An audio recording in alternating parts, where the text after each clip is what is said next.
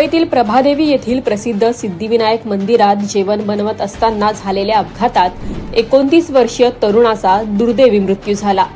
सचिन रसाळ असे मृत तरुणाचे नाव असून तो मूळचा खेड तालुक्यातील रहिवासी असल्याची माहिती आहे। सचिन हा सिद्धिविनायक मंदिराच्या स्वयंपाकघरात जेवण बनवण्याचे काम सुरू असताना गरम पाण्यात पडून गंभीर जखमी झाला होता। अपघातानंतर सचिनला तातडीने उपचारासाठी मुंबईतील केईएम रुग्णालयात दाखल करण्यात आलं, मात्र उपचार सुरू असताना त्याचा मृत्यू झाला।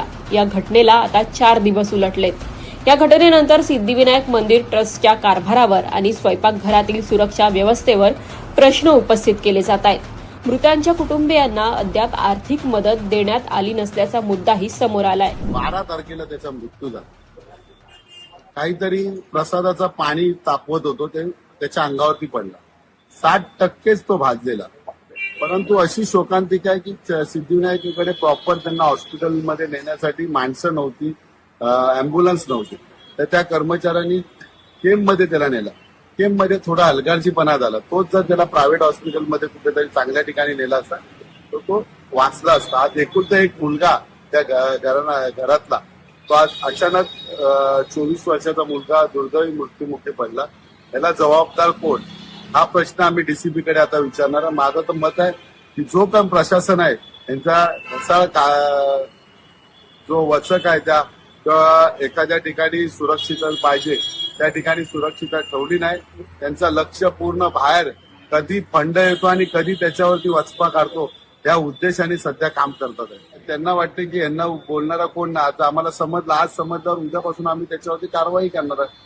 तो विषय सुद्धा आम्ही आंदोलन त्याच्यावरती करू, पण त्या मुलाला न्याय मिळाला पाहिजे। त्या मुलाला न्याय मिळण्यापेक्षा त्याच्या घरावरती जे आई वडील किंवा इतर कोण अवलंबून आहेत त्यांच्यासाठी रोजीरोटीचा यांनी व्यवस्था केली पाहिजे। सिद्धिविनायक प्रशासन या संपूर्ण प्रकरणावर सिद्धिविनायक ट्रस्टचे अध्यक्ष सदा सरवणकर यांनी ही प्रतिक्रिया दिली आहे। सचिन रसाळ याचा 4 दिवसांपूर्वी मृत्यू झाल्याची माहिती मिळाली।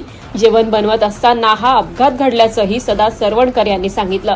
अद्याप आम्ही कुटुंबाला आर्थिक मदत दिलेली नाही, मात्र मदत जाहीर करण्याबाबत विचार सुरू आहे। दरम्यान या घटनेवरून राजकीय आरोपही सुरू झालेत। एकीकडे ठाकरे पक्षाचे आमदार महेश सावंत यांनी ही घटना दाबण्याचा प्रशासनाचा डाव असल्याचा गंभीर आरोप केलाय। त्यामुळे मंदिर प्रशासनाने या घटनेबाबत पारदर्शकपणे माहिती द्यावी, तसेच मृतांच्या कुटुंबियांना तातडीने मदत करावी अशी मागणी होतीये।